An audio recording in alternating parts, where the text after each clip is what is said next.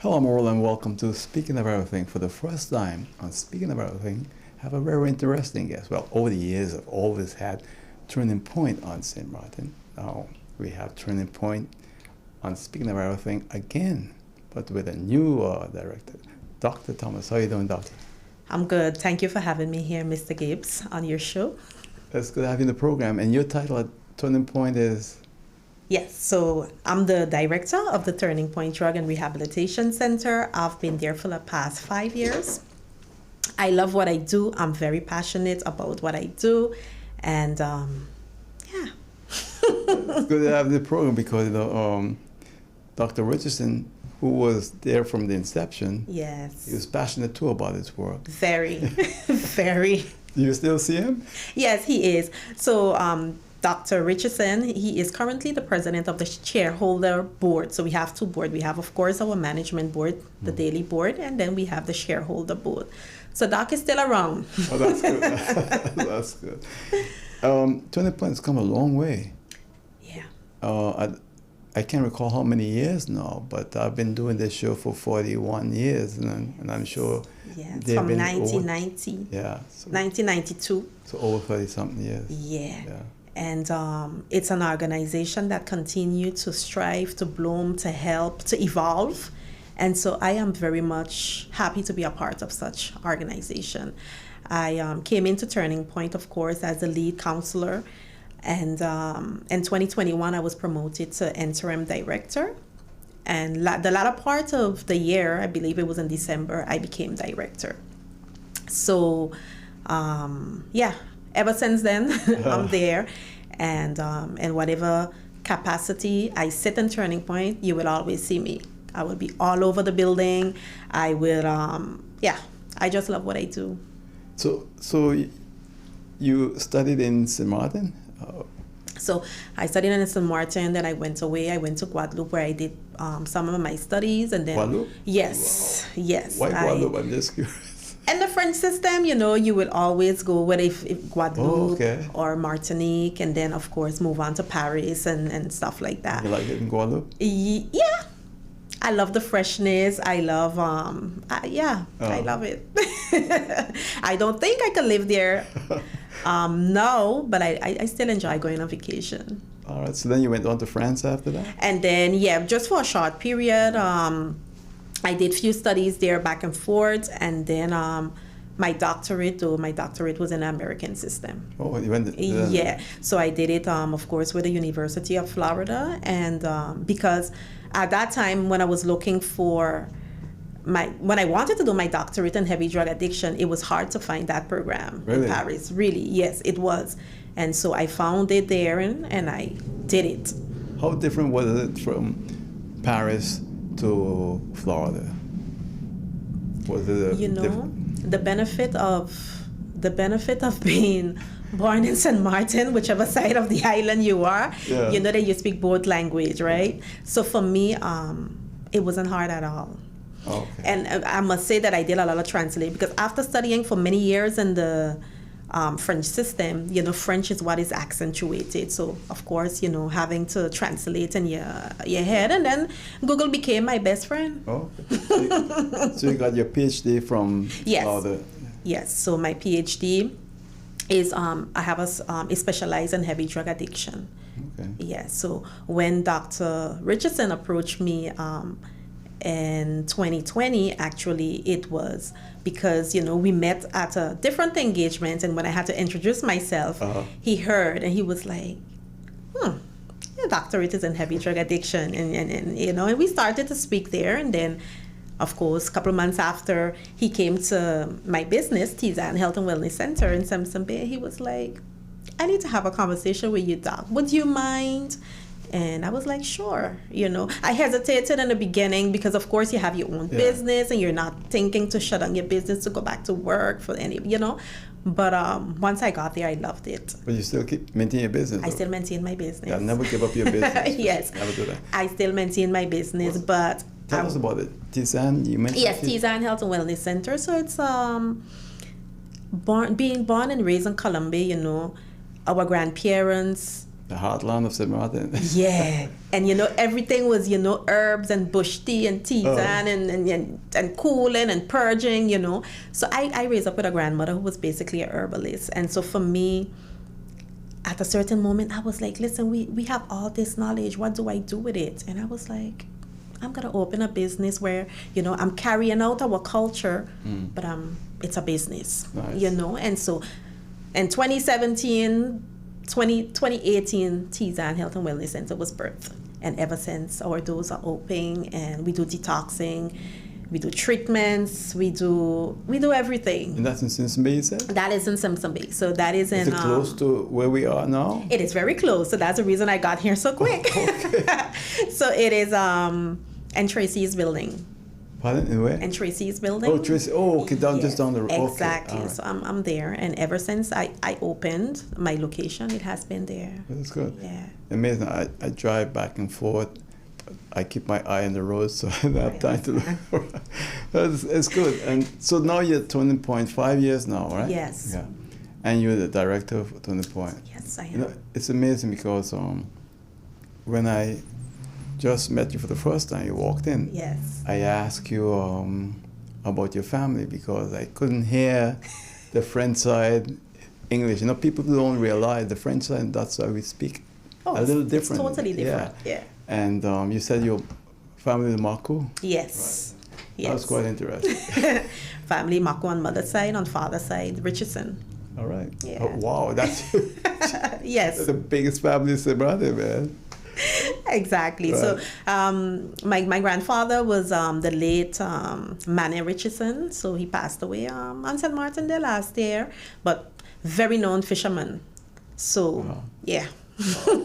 And Columbia, that's amazing. I used to go there with my mother to a small little church in Columbia. The Church of God? Right, yeah. Oh. Nice little church. Yes. I basically raised going to that church with Miss Judith Richardson, of course, who passed away as well. But she taught us a lot. Yeah, she was quite a fixture in that church. Yes, yes. And she had 2 boys.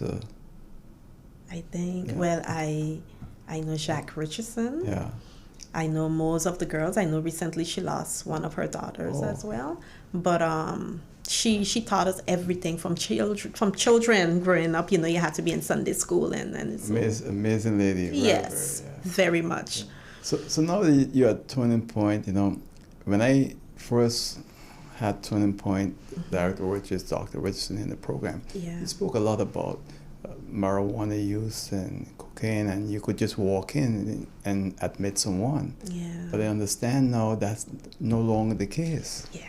So that's no longer the case. Of course, there's a pros to that and there's a con to that, because prior to our volunteer program where, clients will come and they will ask to come in, the thing with that too is if they were ready to go, they could just say, listen, I don't want to be here anymore.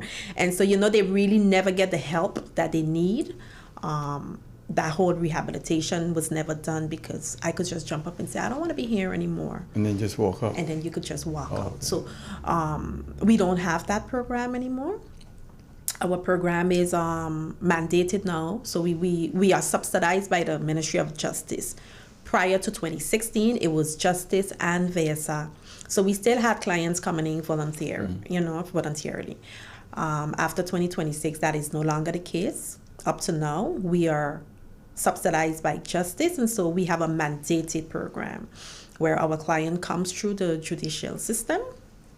And that is that could be, of course, even if the client does not come through the judicial system, if you have a family member that you're seeing deteriorating or is a threat to himself, the family, or the community, then you could get a petition letter. We will assess the client, and then you will have to take that to the courthouse. The judge will see the client and determine, listen, because of the state of this client, he needs help. He needs to be rehabilitated, and the judge will then write up a varnish.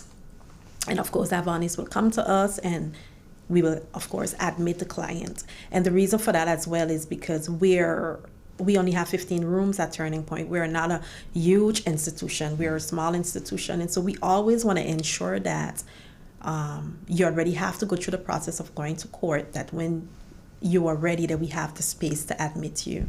Yeah. But then you just can't walk out. You just can't walk out. That's the difference. You just can't walk out because you were mandated. And so even if you jump over a wall, the police is going to bring you right back. You know? So that is kind of what works.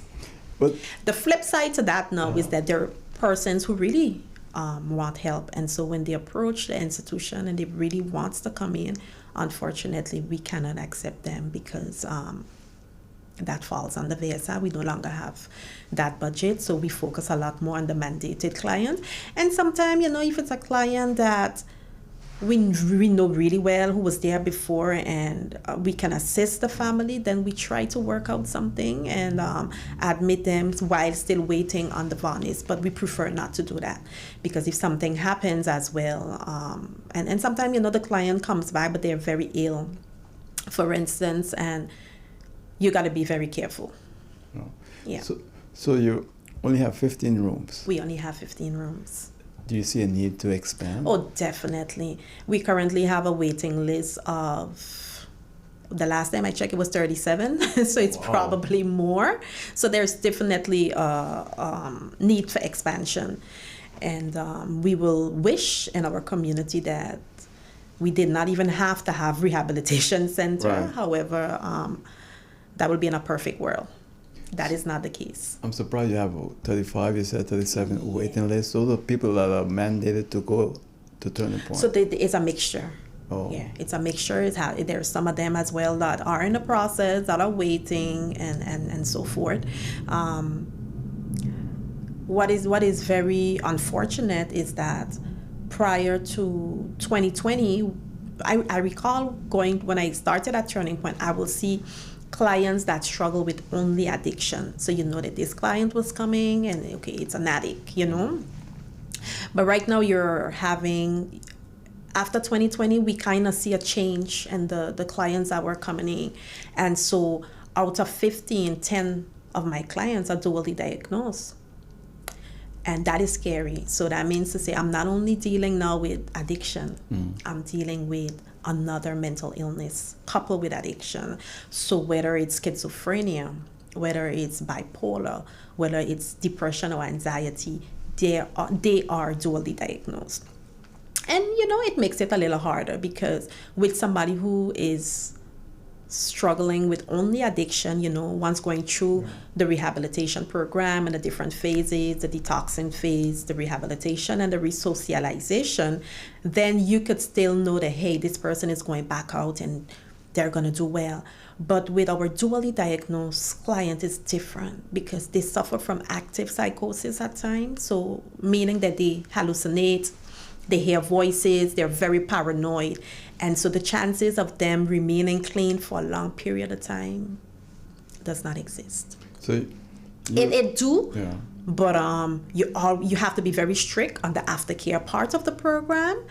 But it will take a lot more support than someone who's only suffering from addiction, for instance. So you're trained as a psychologist. Yes, I am trained in my field of work, and most so specialize in the field of addiction. So understanding what happened to the addicted brain. Right. And if you know what happens to the addicted brain, it no longer function the same as someone who never was on substance, for instance, you know, because you're looking at the formation of the brain changing. You're looking at a brain with much more inflammation. You're looking at a brain where the level of your dopamine decreases, and that is why, you know, you see sudden mood swings and changes and their behavior as well. And you have a psychiatrist that work with you also yes. at Turning Point? So we work with Dr. Jurgensen, who is a very well-known psychiatrist. Years of experience. I've done it so many times. Yes, years of experience. And so prior to clients being admitted, they of course I have to do an assessment, and Dr. Jurgensen have to do an assessment. And then the client is admitted. So they're never admitted without us assessing them. Oh, okay. Yeah. What about male versus female patients? So currently, because we only have it's just one building, so there's no mixture as male and female. So Turning Point is just, we only have male. I'm looking to have that change very soon, but then that means to say we would have to have another building and the expansion for that, because we do have females, but in our outpatient program. So what I forgot to mention is that Turning Point is an inpatient, does both inpatient and outpatient. Okay. So you have outpatient where the clients come in ambulatory, so Yeah. they come in for counseling, art therapy, anger management, whatever it is. And then, of course, they go back home. And then you have those that live in Turning Point. So that's our inpatient program. On the inpatient program, Mm-hmm. approximately how long does a patient stay? Okay, so the when you're mandated to Turning Point, and the time frame of the program is 1 year. Oh. And that 1 year is divided in detoxing, rehabilitation, and resocialization, right? Okay. So it's a year. However, that will depend on the client that is coming in, on his condition. What we've seen recently as well is that the clients that are coming in, most of the time are coming in with active psychosis. So sometimes they have to be treated and stabilized by the Mental Health Foundation first. So in a case like that, the program will last for them a little longer. So Dr. Jorgensen cannot do that. It seems that she's an experienced psychiatrist. She does it as well, but sometimes they have active psychosis where they will need to be isolated. Oh, and okay. there's where mental health comes in, because they have the isolation room. We don't have isolation rooms. Yeah, so they're sedated there, and then the transfer is over to Turning Point. In case you just joined us, I'm Oral Gibbs here and Speaking of Everything. I'm speaking with Dr. Thomas, director of the Turning Point Foundation here in St. Martin. When we come back, we'll continue with Dr. Thomas right here on Speaking of Everything on YouTube, Facebook, and on Hot 99.9 FM radio. Right back. We are vibrant, expressive, warm, and diverse. Together, we conquer, and now we expand into new horizons, giving you more of the best. Introducing our new Banco Matico Plus with wider acceptance, purchase protection, and enhanced security. Whether you're online, traveling, or in paradise, experience more with Windward Island Bank. Banco Matico Plus.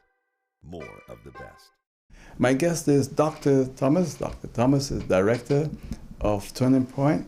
I'm Oral Gibbs here and Speaking of Everything on YouTube, Facebook, or you're listening to us on Hot 99.9 FM radio. You know, Dr. Thomas, I was once told by a doctor that take care of patients that abuse drugs, that female patients tend to be more difficult than a male patient. And you know, it is true. But I believe there's a combination of things here as well. You know, as women, we're a little bit on the prideful side, or, you know, just not wanting to be exposed, you know. Yeah. However, I've seen a change in that area where now, you know, the clients that really need help, they come and they're very open. So that has shifted a bit in the right direction. But I could attest to what Doc shared a bit. With women, is a little bit more difficult than a man. You know, this island has changed a lot. Yeah. Over the years, I could not bring a person on this show to speak about, say, marijuana usage. Now I can. Yeah. And I always tell people that every individual is free to use what they want. And marijuana is a plant. Yeah. I never used it, don't plan to use it. But I personally don't believe in restricting individuals.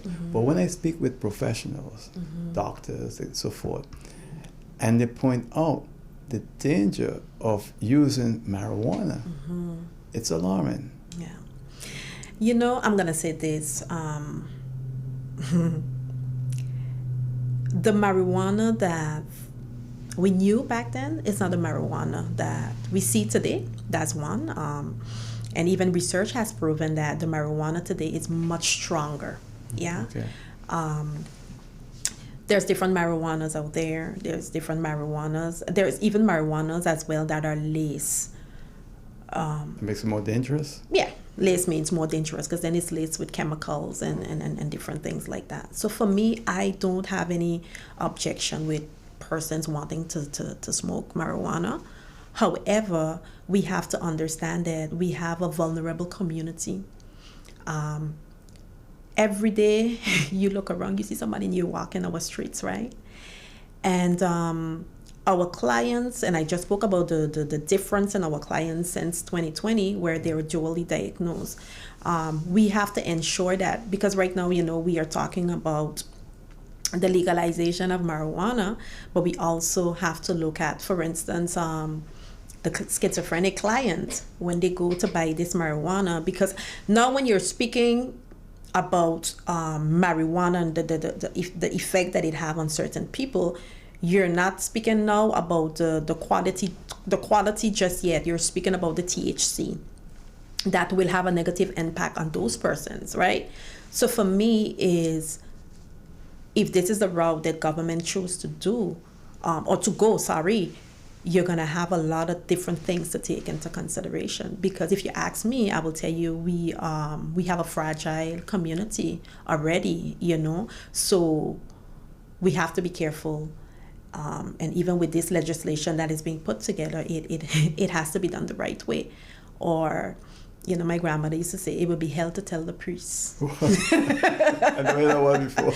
Okay, so yeah, it has to be done the right way.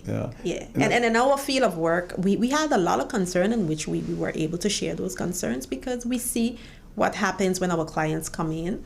I believe that Mental Health Foundation recently released as well, I believe it was 70% of their clients, when they come in, that are coming in sometime with, different level of psychosis and stuff like that, or induced schizophrenia because of marijuana, So those are all things that we have to take into consideration. And I believe like something like marijuana, it should have never gone the way that it went. I think that you build strong community when you engage with your community. That is something that should have been asked to the community, not just done. But what's so shocking is that someone was telling me there are so many people on St. Martin and in the Caribbean that are using marijuana, and sometimes parents that they're using it with their children. That's scary in a way. Yeah, it is. Or sometimes, because this is not right now, the high schools are having they're having some issues, right. And not only the high school, you're looking at the elementary schools, and sometimes the students, speaking to them, they will tell you, my mother told me, or my dad told me not to smoke marijuana, but they smoke.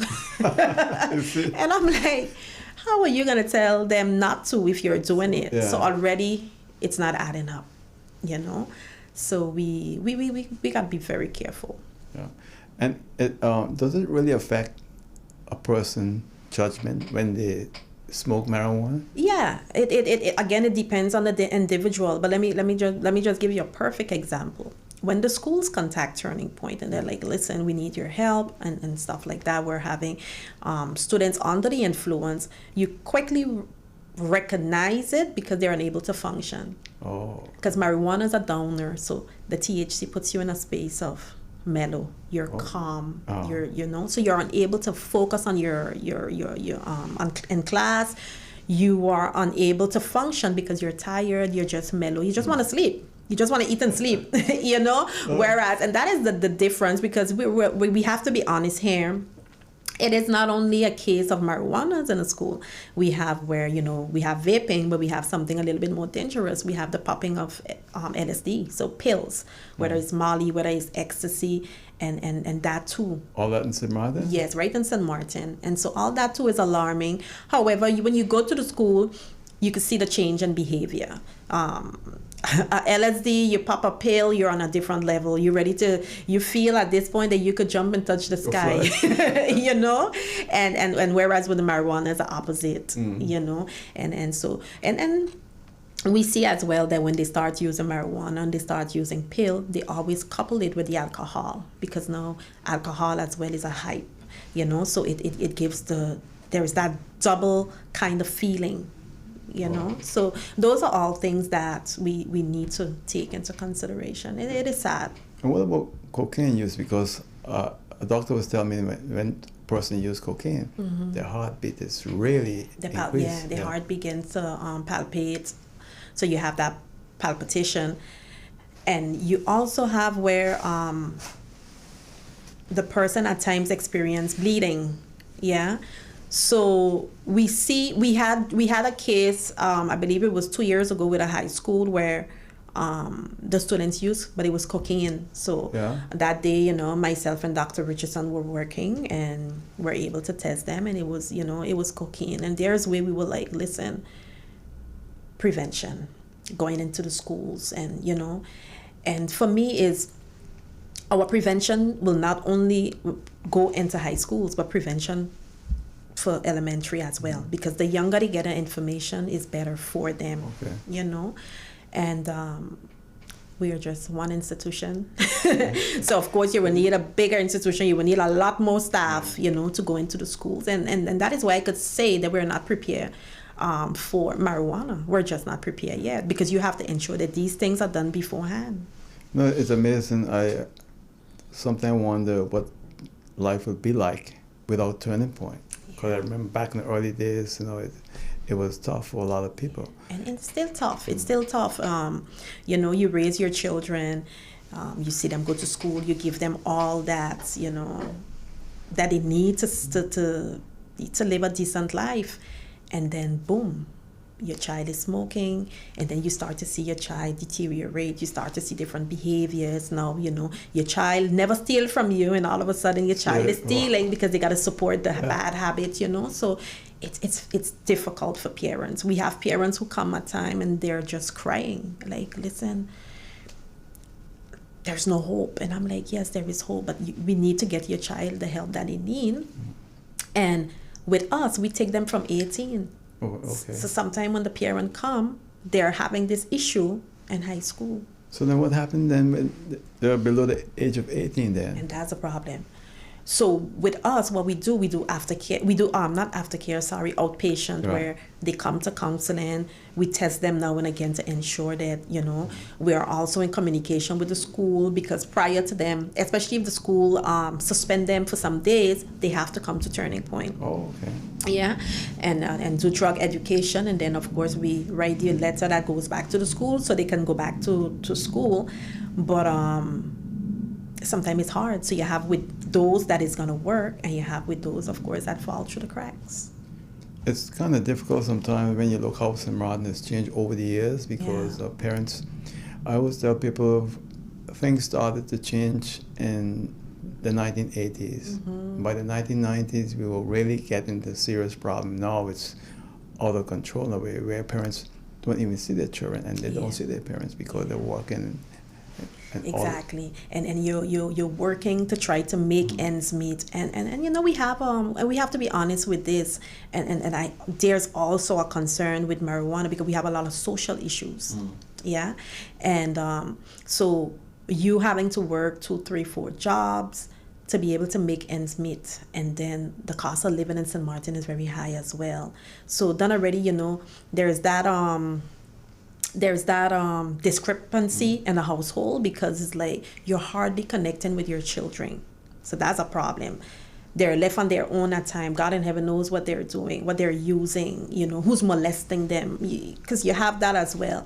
And then in our time, it took a village. Not anymore. Everybody changed, and everybody's lifestyle is different. And so I may be able to deal with this neighbor child because, you know, this neighbor and me kind of have the same principle and values, but on the other end, that's not the case. And so that in itself is a problem. I tell people now, the village don't know you. That too. And that too. I remember the days when I do anything, before I reach home, you're thinking already, boy, you know, I don't know, my grandmother know, my mother know already. Oh boy, you done trying to make up something in your mind for you not to get licks, you know. But it's different. What about alcohol? Does alcohol abuse, you also see patients? Yeah, we see alcohol abuse. We see a lot of alcohol abuse actually, and But there's a correlation that we're starting to notice as well, is that gambling Oh, addiction. boy, that's another big Yeah, one. we're starting to see gambling addictions, but coupled with the alcohol. So correlated in a way, you think? Yeah, and so those that were working with outpatient with alcohol, they will go to the casino to get the free drinks, for instance. Okay. You know, I didn't know that. Yeah, and so we have with the gambling addiction is a little different, because the person never really come. It's always a family member.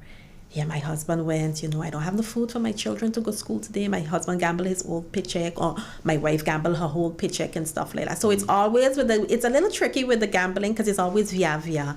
And then it's hard to get the person to come in, and then the wife don't want the husband know that she came to Turning Point, or the husband, so it's always a little via. Or we had cases as well where the school contacted us because they recognized that the children was coming to school hungry. Oh, okay. Yeah, and of course, the social issues, Yeah. of course, will trickle over to education, and so, but we're starting to see that as well. And my issue with us is that even if the laws are there, Mr. Gibbs, they're not enforced. Yeah.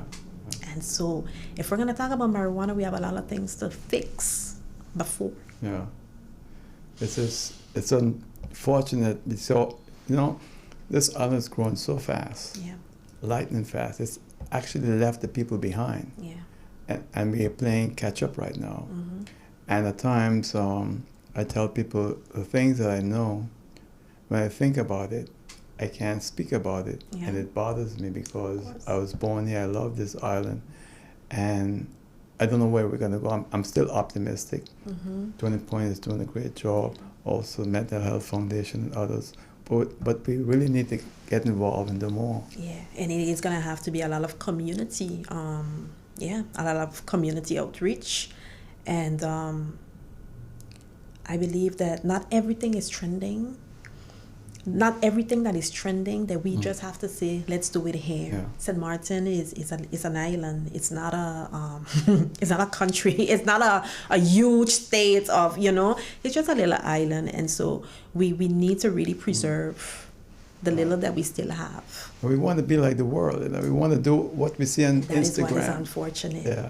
That is what is unfortunate. And I believe, and I'm going to say this without apology, one of our problems in St. Martin is that we see money before everything else. Yeah. So if something is going to bring in money, we see the money and not necessarily the social well-being of our people. Yeah, and that's a fact. Yeah. And it's a big problem for this It's a big little island. problem. Yeah. It's a big It problem. was just the opposite 40 years ago, right? Yeah. I know you mentioned Columbia, Yeah. and it's like my favorite part because it's the heartland of St. Martin too, where the Gibbs family also came out of Columbia. And I love that little road going up into Columbia, and how even that road has transformed itself over the years. But it's still the most beautiful part of St. Martin. It is. And when you look at that, sometimes I wonder when that's going to change. And I brought it up because of what you said just a while ago. But we are going through some huge changes, overdevelopment, and underdevelopment of our people. And who did it? Us. Yeah. Because we gotta not be hypocritical here. We blame a lot of other people, and the colonizers, and but we did it. Yeah. And so we should not be looking for others to fix it. And we did the we damage. don't like to hear that, but We we gotta have fix it. We have to fix it. Yeah.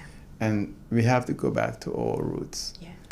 And you know what is what is so heart-wrenching at times is that I don't have nowhere to go, and I think you, Naila. Same thing with me. Same thing. Yeah.